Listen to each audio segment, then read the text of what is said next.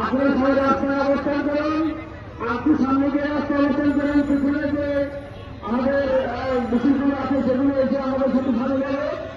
আপনারা রাস্তায় অবস্থান করেন, মাল্টি পলিটিকা ভোটের করলেন।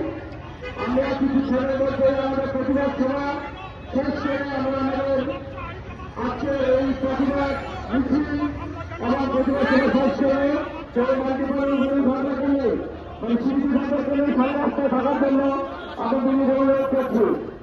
আজকের এই সমাধান করে এই লোককে সন্ত্রাসীদের জায়গা নয়। আমি আপনারা একটু স্লোগান দেব,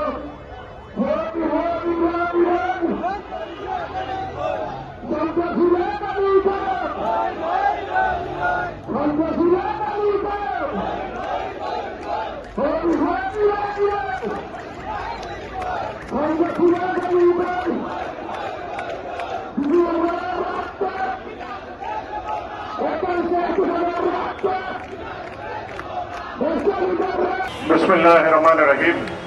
সম্মানিত ব্যবসায়ী বৃন্দ, আসসালামু আলাইকুম ওয়া রাহমাতুল্লাহি ওয়া বারাকাতুহু। আপনারা অলরেডি শুনেছেন যে গতকালকে রাতে যে ঘটনাটি ঘটেছে, আপনারা অলরেডি শুনেছেন। আমি একটু আপনাদেরকে এক্সপ্লেইন করি আসলে কেন এত রাতে আমরা এখান থেকে বেরোলাম।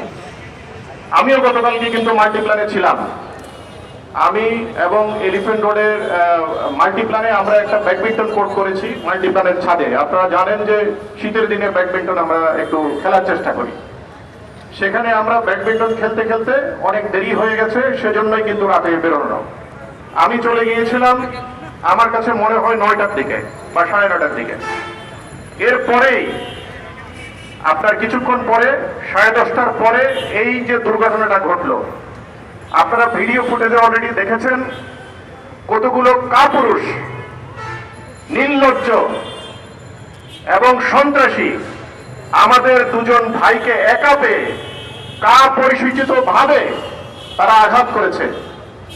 এটা একজন লোককে রাস্তায় একা পেয়ে যখন 15 জন অ্যাটাক করে, এটা তার সবচেয়ে বড় কাপুরুষতার লক্ষণ। এরা কোনো পুরুষ না। আমি তাদেরকে এই মুহূর্তে ইনভাইট করতে চাই, তাদের যদি সাহস থাকে এলিফ্যান্ট রোডে একটু আসুক।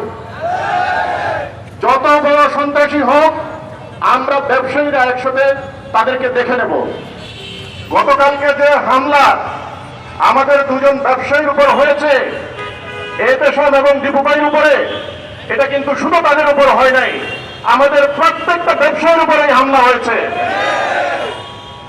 এই হামলা আমরা এইভাবে মেনে নেব না।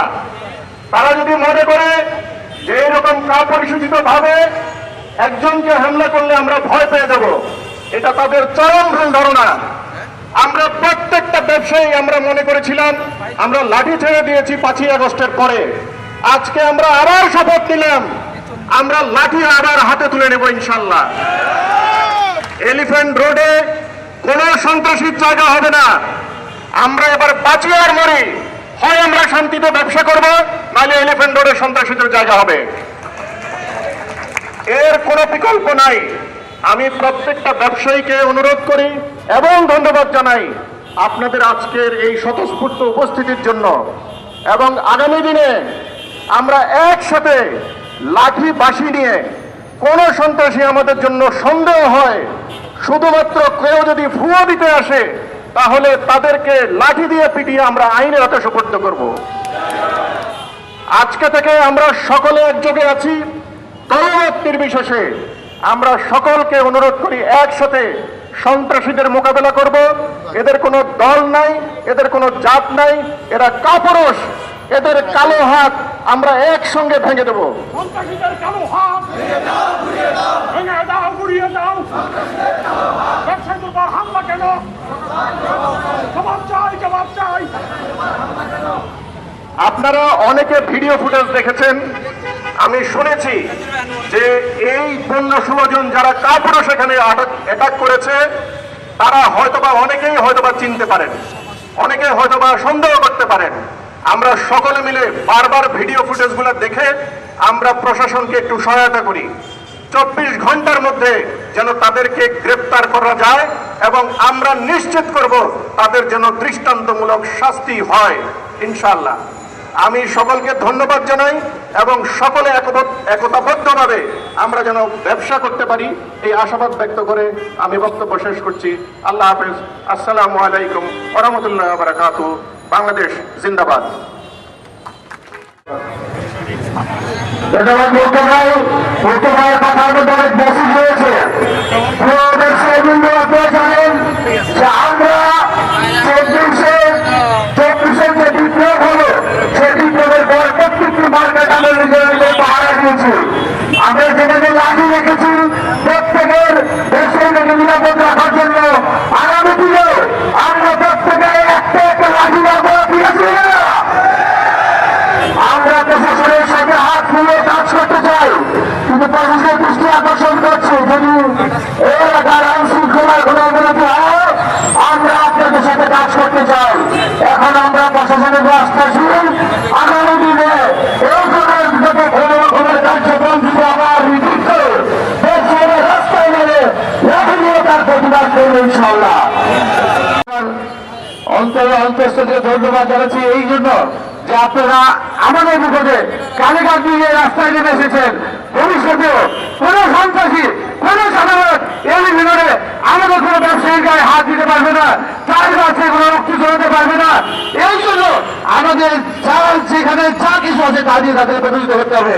আমি প্রশাসনের থেকে বলতে চাই, প্রশাসন আমাদেরকে যদি সহযোগিতা করে আমরা প্রতিটা ব্যবসায়ী একটা করে লাঠির ইনশাল্লাহ রাখবো এবং সন্ত্রাসীদের কারো হাত ভেঙে উদ্ধার করে দেবো। আপনারা আমাদের সঙ্গে রাজি আছেন তো?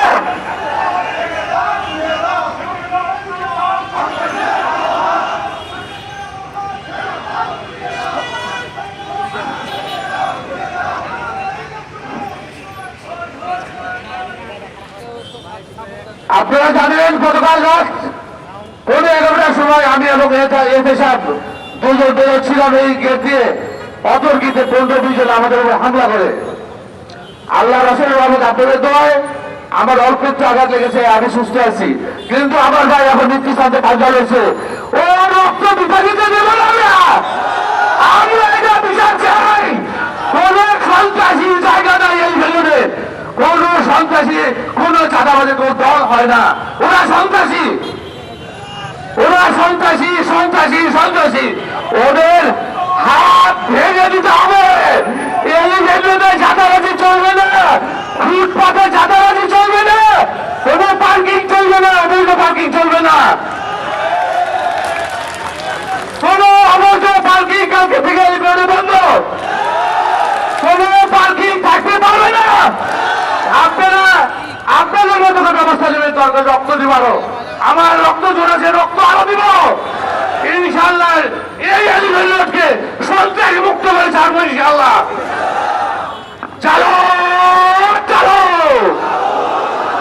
সন্ত্রাসীদের কালো হাত, সন্ত্রাসীদের কালো হাত। হরি হরি হরি হরি হরি হরি হরি। আমরা 24 ঘন্টা প্রশাসনকে সময় দিয়েছি, এরপরে আমরা 24 ঘন্টার মধ্যে আমরা প্রশাসনের সাথে কথা বলবো। কথা বলে যদি কোনো সদুত্তর না পাই এবং আমাদের এই আকাঙ্ক্ষা যদি পূর্ণ না হয়, সন্ত্রাসীরা যদি 24 ঘন্টার মধ্যে গ্রেপ্তার না হয়, আপনারা কি আবার মাঠে নামতে রাজি আছে? আমরা 24 ঘন্টার মধ্যে আমাদের পরবর্তী কর্মসূচি ঘোষণা করব এবং আশা করি এর চেয়ে দ্রুত গতিতে আপনারা আমাদের কর্মসূচিতে অংশগ্রহণ করেন। সে প্রত্যাশা করে আজকের এই প্রোগ্রাম শেষ করছি।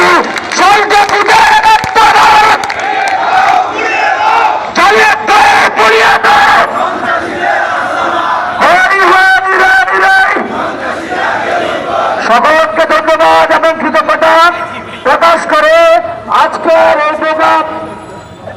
আজকের এই প্রোগ্রাম সমাপ্তি